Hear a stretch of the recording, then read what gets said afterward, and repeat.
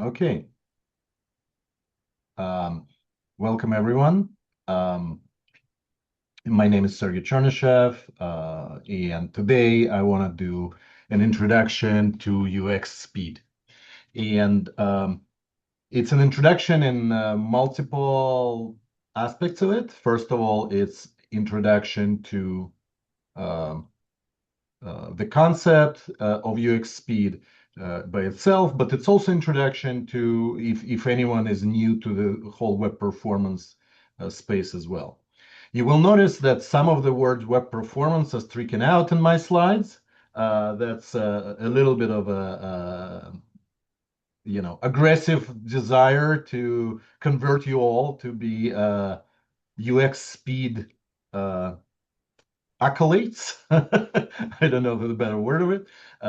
So hopefully we can rename the industry to UX speed eventually. It probably will never happen, but you still, I'm trying to make this to rename the very technical industry of web performance to be very user-centric instead, in order to help us all kind of concentrate on the right thing.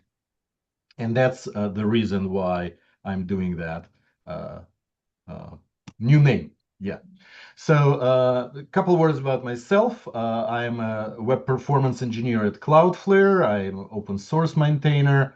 I recently the most recent project is Telescope web performance agent here at Cloudflare, but a few projects before that as well. I am an organizer of New York UX Speed and Web Performance Meetup. I have to confess, I sometimes forget the word UX Speed because we were calling the industry web performance for so long, and I think this reinforces the striking out of the words web performance. We need to convert to using UX Speed. Enough about myself. Let's jump into it. Before we go and dive into the topic, I want to open this awesome website real quick. Give me 1 second. Um, okay, okay. I think it's loading. Okay. Did I lose my Wi-Fi? No, I mean, I can see you also. No, I think it's working. Oh, here we go. Here we go. So it's loading. That's good. Okay. Yeah, it takes a while. I thought modern internet should be better, right? Okay. It is obviously a ruse. Our website is loading very slowly. I hope you all felt that with me. I mean, obviously, there's a little bit of awkwardness of the presenter doing that, but generally, this feeling that you just felt is what I want to concentrate on in general, right? The slow internet, slow websites feel bad for the user, and it creates bad user experience, right? Even slower on the mobile devices. I don't even need to show you any animation or show you like the website progressively loading or anything for you to immediately feel slowness the moment you can feel the phone in your hand, like it's just bad experience. And slow experience is not that. Yeah, I'm trying to be polite about saying that, but I hate it, And my friend Karlin Novik, who is CEO of Ram Vision, I think also joined on this. I think we found our passion together for renaming this. She calls it site speed user experience because it slow site speed user experience abbreviates to sucks, right?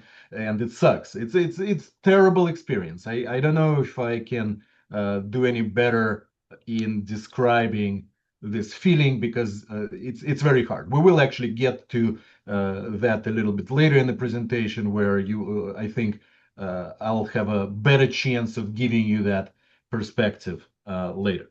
Again, a little hidden um, secret in the presentation. Yeah. So before we jump into the actual user experience, however, I still want to talk about why performance matters. So if you're new to this whole topic to begin with, to our industry, then I think it will help you. Probably many speakers in this meetup show this data because this is what we live by, right? This is specific statistics from WPOstats.com, a good resource if you need to talk to your business, like understand the business impact of slowness. That obviously happens when users are not happy about their UX, right? You can see amazing numbers, like things that only slowness attributes to, right? Like these companies published case studies after improving performance, improving speed of the experience, and measure the business impact, right? Like that's the value of this website where you can correlate one to another. And if you need to have that business conversation, you can have it based on these numbers. 3% conversion increase. This is ginormous. Like sometimes you have to create a new type of product in your business in order to have such a big jump, right? Um, what else? Some other good numbers. I mean, 11 millions per year in revenue attributed to 300 milliseconds. 300 milliseconds is a very small number. Like if you're a person and you want to experience it, it's just like, and that was only like in improving latency on the network, right? But I want to concentrate on this old research that came out of Google and Microsoft, where they basically slowed down the experience for a period of time and measured users' interaction with the site because of that. But then they lifted that experience. Basically, they returned it back to normal. Both control and experiment groups were having the same experience, yet users still did not use the website as well as they did before. So you should read some of those numbers from the original story. But uh, the thing is that user experience has lasting impact on your brand, right?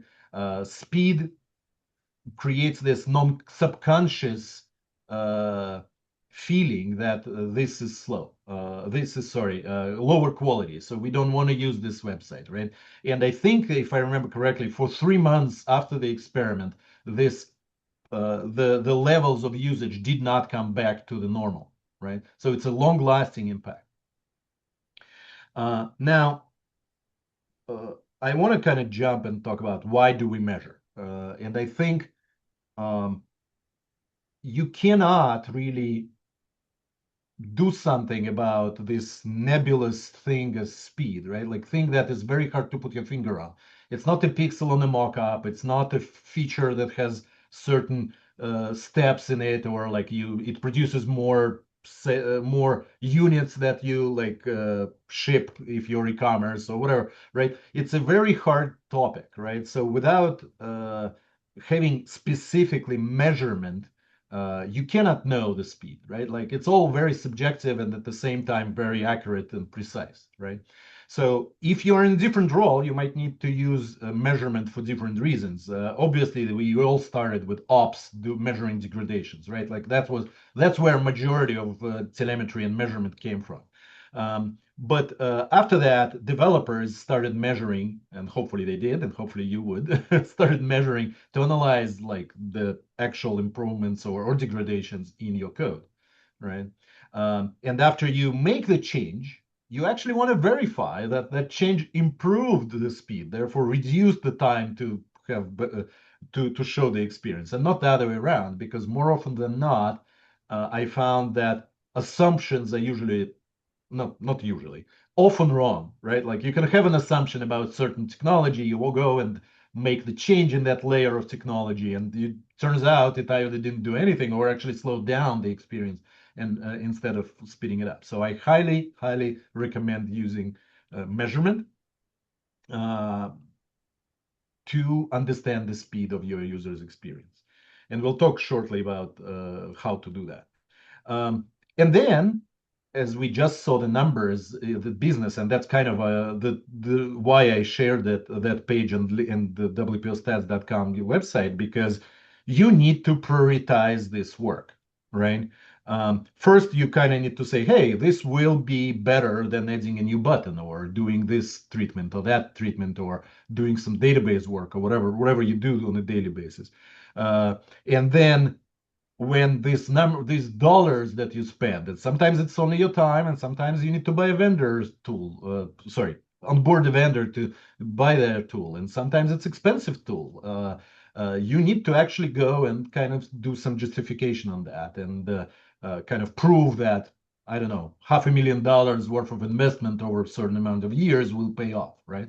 So all of this is important for us to do this. And I know I kind of talked about doing user experience, but then I'm kind of going back into this technical space. But I feel like uh, without this, we cannot, without this engineering technical thing of measurement, we still cannot do too much, especially in those business conversations. So quickly about how to measure. First is the synthetic testing, where you pretend to be a user. You have a computer that goes and measures your website using real browser. Well, these days, luckily, it's real browsers and not not fake browsers like we had before. But even then, it's not a real user, right? It's a regular browser. It will give you some numbers. It will probably create a waterfall chart for you like this. If you use Chrome developer tools or other browsers developer tools, you're probably familiar with these charts. But there are other specialized tools like Telescope and before it web page test.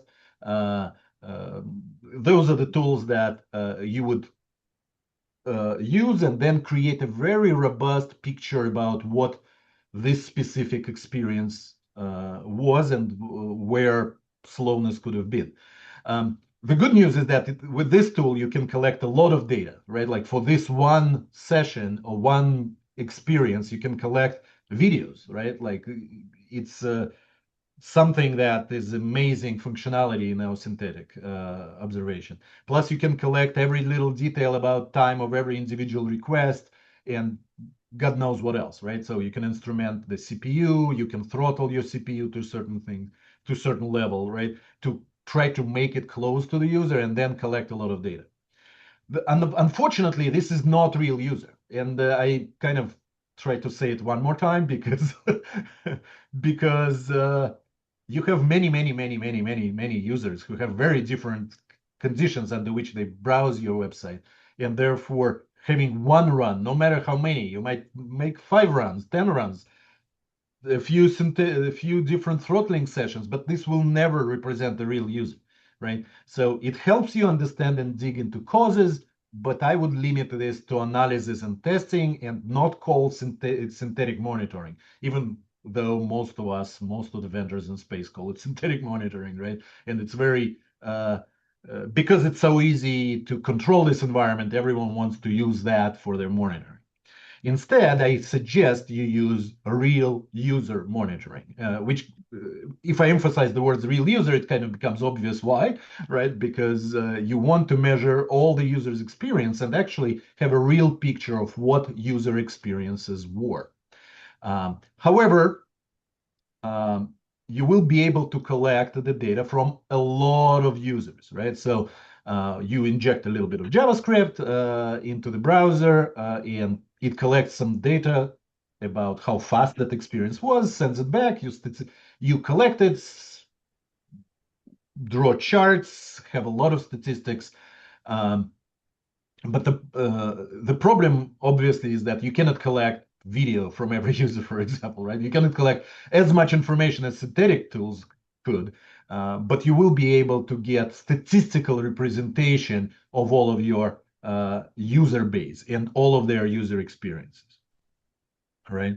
So again, synthetic gives you a lot of data about few experiences, and real user monitoring gives you a smaller amount of data for each, but a lot of statistical data so you can work with it. We're not going to dive into statistical analysis or anything like that. Like there are probably different conversations to be had, deep conversations to be had about that and how to do it properly. But just want you to understand that you will need to know, or at least the basics of statistics, all right, and appreciate the fact that you have many data points.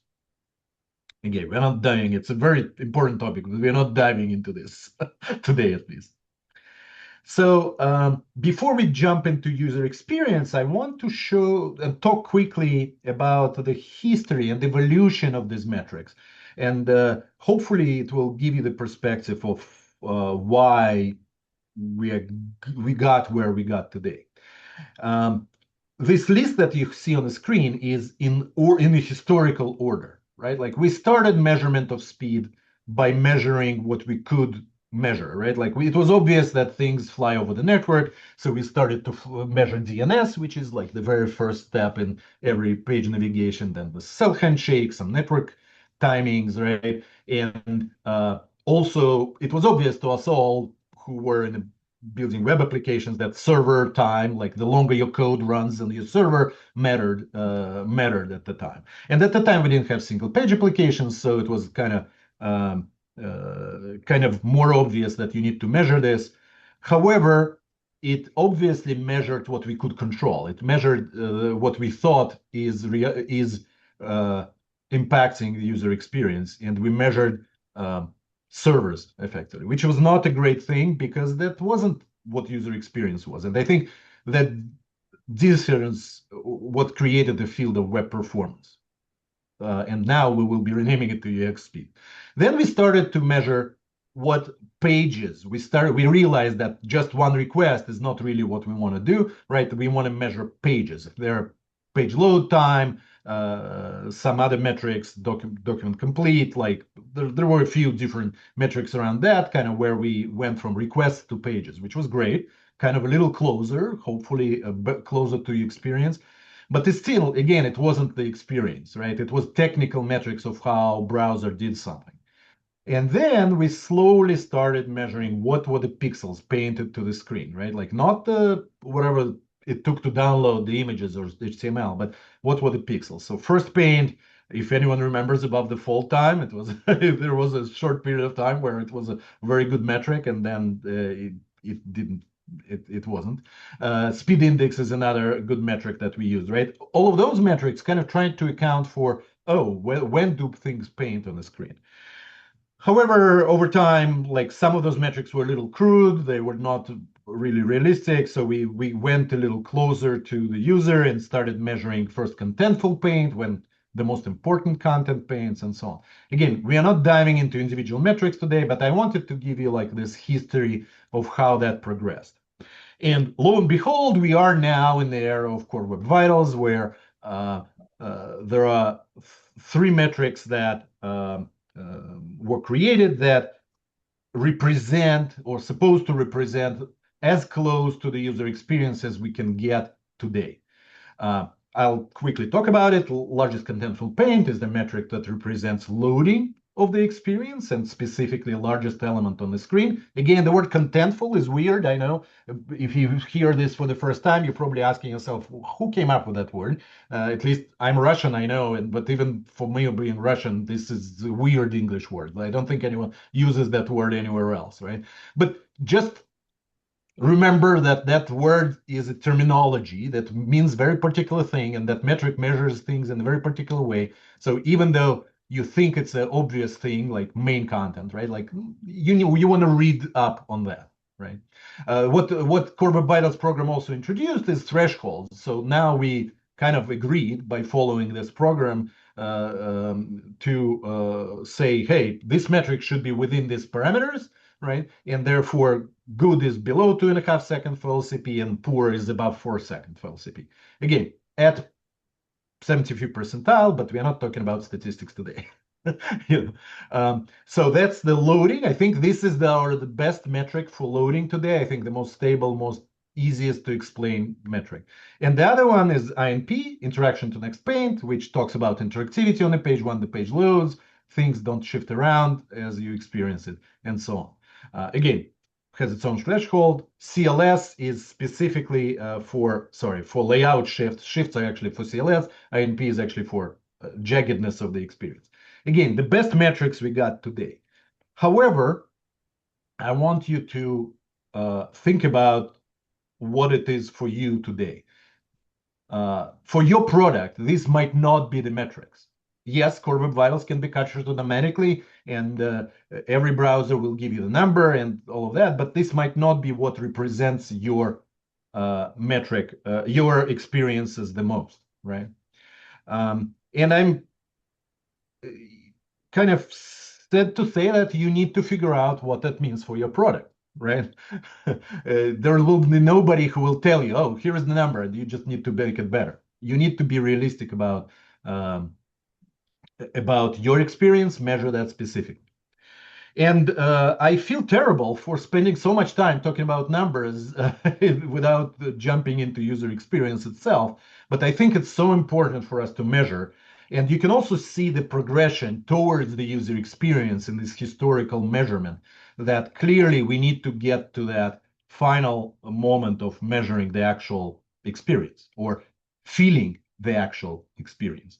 And that's where I want to introduce a new tool for you, and you can go and see that in your browser. Here is the QR code, and I will switch to my browser. Yeah, there we go. So this website, UXSpeed, .dev, I want to introduce this tool that I built that's called Speed Museum.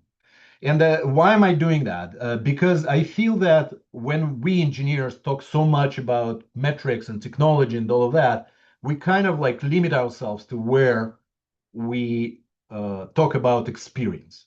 And if you want to talk to business, to designers, to regular people, you want to give them a feeling of the speed. And this museum is specifically for that. There are 4 exhibits right now. You can go, for example, into this input abyss. You can adjust the speed on the bottom, right? Like that's on a number. So there is a little bit of relationship to metrics. But effectively, you can press like if you press this button, it's fast and you can feel it, right? But if you press this button, oh, the icon changes a little slower, right? And if you press this button, you're just like enraged. That's basically what this exhibit is for. And so I want you to not trust me. I want you not to watch this video. I want you to go to that website and try pressing, interacting as a user, and you will see how, like, why we do all of this. We do this because of this terrible experience that we can get to our users. Again, I have a few exhibits. Another one is unfortunate shift, like for shifting things around. Again, centered around the fact that shifting happens. Layout shift or layout leap experience, where you can see based on how much shifting around happens, how you will feel it, and so on, right? Again, I cannot really express it for you. You have to feel it. And I think having that feeling is what gets us to this UX speed aspect of it. The more you feel it, the more you will realize that this needs to be done. Again, it's an alternative to numbers, an alternative to dollars that we usually talk about. I am kind of short on time, so I only will quickly kind of mention another project called Speed Patterns that I made that creates the design patterns for you if you want to design speed better. It is in a relatively early stages. There are more articles to be written there, but hopefully that will give you this uh, patterns that designers and UX experience researchers usually have for their visuals, right? But this is not for visuals, this is for speed of the experience, which unfortunately in our design workflows is not done very well lately. Well, lately as in ever. Okay, I think that's it on my part. I'll be happy to answer any questions. I know renaming the industry is hard. If you feel conflicted about it, please ask away. I'll be happy to explain anything.